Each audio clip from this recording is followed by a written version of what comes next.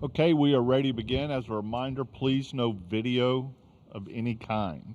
We'll take opening comments from Coach Calipari and then questions for the players.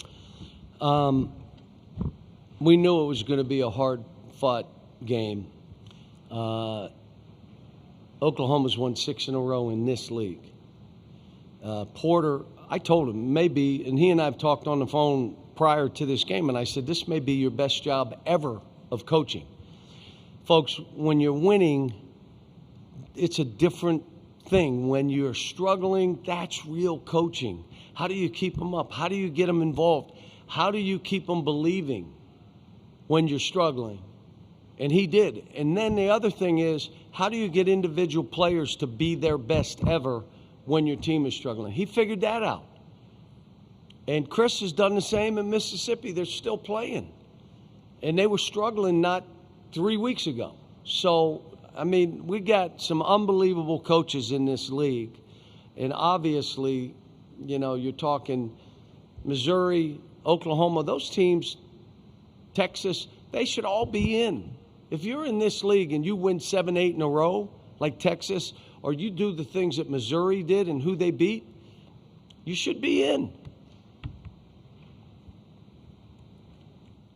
All right, we'll start up front, center. Sam Subs, Arkansas Traveler. Darius, that last jumper that you made that put you all up four with about 18 seconds left, was that a set play off the inbound because you only had 5 seconds on the shot clock, or was that just something that kind of came up on a whim? No, it was a set play, but the original play is I take it out, but Coach switched it like mid-play and put me, in bounds. And, that was all him for sure. We'll go back to the right. No, it wasn't me. That was him. Yeah, for Darius as well, just you didn't play against Missouri and just a while between games for you. Just what have the past couple weeks looked like for you, and I guess just what was it like for you to, knock off any potential rust with such a big game like this? It was a lot of work for sure, training room, gym, whatever it was, but, I was still excited. The guys won the game down in Missouri, so, that was all I was happy about, and then I wouldn't say I really had rust. I was excited to play, so just playing the game, that was all I cared about. Trevon. Back to the right. And then Trevon, for you, just with Darius, that was the second most points an Arkansas player has ever scored in an SEC tournament game. Just, I guess, just what is it like to play with him? Just what was, working for him that you saw just in this game in particular? No, I mean, he's a very special player. Obviously, we've seen it tonight, but not only tonight, all year, and that's why he got the Player of the Year. And, it's been great to be able to play with him this year. It's a little two-man game. And, he's just been good for us all year. So we'll go right to center. Trevon, a chance for revenge against the team that knocked you guys out of the SEC tournament last year. Is there a little bit of extra motivation for you returners? I'll say we just trying to go out there and get a win. We know that's a really good team. They're going to come out and play really hard, well coached. So, it's not really no revenge or nothing like that. To the left, front. Darius, just the fadeaway jumper in the corner that put you guys up 4. Can you walk me through the mindset of catching that ball so deep in the corner? You have a defender on your hip pocket. Was it no doubt you were going to go up, or just walk me through the mindset and then the actual shot? Yeah, I knew I had to get one up. It was only 5 seconds, so I was in the corner. So if I would have took a dribble or anything, I would have been stuck. So I knew once I came off, I already knew what shot I was going to take for sure. Far right. Darius, sorry. With the season that you've had, obviously you're busy. Do you look around the rest of the, college basketball at the other freshmen who are having some strong seasons, and especially now as the calendar is turning to March, look forward to what you and the rest of you all might be able to do on this stage? Yeah, of course I see it. I know most of those guys. They're all having, great years. They're playing special, and it's great to see, all the young guys playing great. But like I said, I'm just focused on my team, just winning games for my team. Any additional questions for the players? Gentlemen, you're released.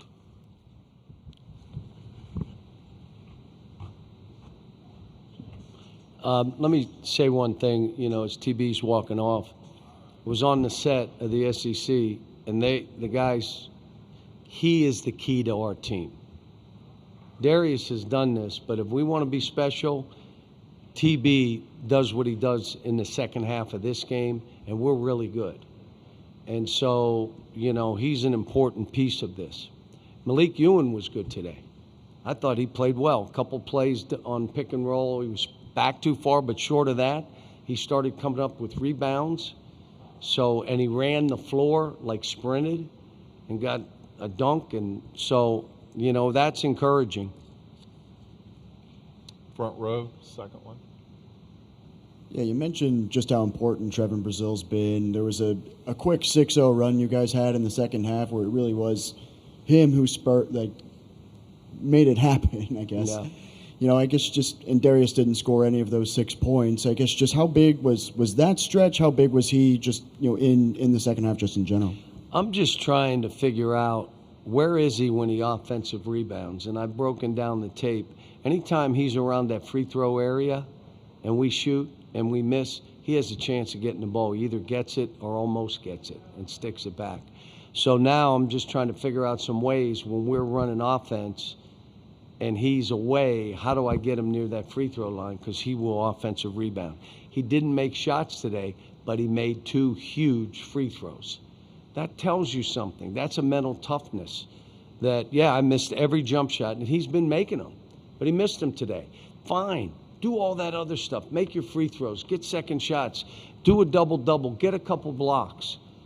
And then that's who you are as a player. You don't have to score. Billy sometimes missed shots, but he does all the other stuff. If you look at the plus-minus, Billy and Malik Ewan were 11s. Front row center.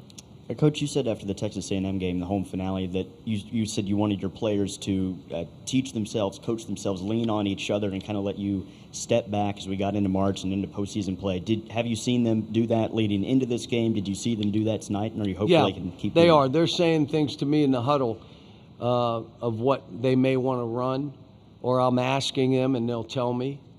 But I also need them to hold each other accountable. You don't have to be mean to do it, but you got to encourage guys to do their job. And you got to be able to say, come on, man, we're trying to win. Do your job. And coming from them is totally different than coming from me. Far right, Pete. John, March is when a lot of common sports fans sort of hone in on college basketball and get to see someone like Darius. Maybe you've obviously had a lot of great players, UMass, Memphis, Kentucky. Can you just put him in context maybe for the fan who hasn't been following him all year? Well, you're looking at a kid that can go in that league and have the ball in his hands and make good decisions and make shots. I don't want to put pressure on him, but I've had a lot of really good, 13 of them have become all-stars, and 2 of them have become MVPs. You're talking about rookies of the year, defensive players of the year. And he's right in there with them. And it's funny, Tyler Hero texted me and said, does he live in the gym? Somebody from the Miami Heat would ask that. Does he live in the gym? And I said, yes. But lately he's lived in the training room. But yes, he lives in the gym. So does Malik Thomas. Dudes live in the gym, which means they can miss plays, but it never phases them, and it doesn't matter what I say to them. If I say you stink, they laugh. You're crazy. I don't stink. I'm like one of the best out here. And building that, and an NBA player knows, you build that yourself. It's not what the coach says to you or a teammate. And so, yes, he lives in the gym. He loves it. He loves the game. He didn't even have a car. All this NIL stuff. He didn't have a car. He didn't want a car. Like, I want to be into basketball. Now, I say that kind of player who was pretty beat up, and I did the NBA thing, load management, and sat him out a game so that I could see if he could get healthy, and he did.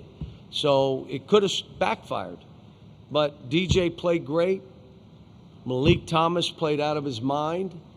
And the other guys did what they did so we could go on the road and win an overtime game without him. But I think it tells you about our team.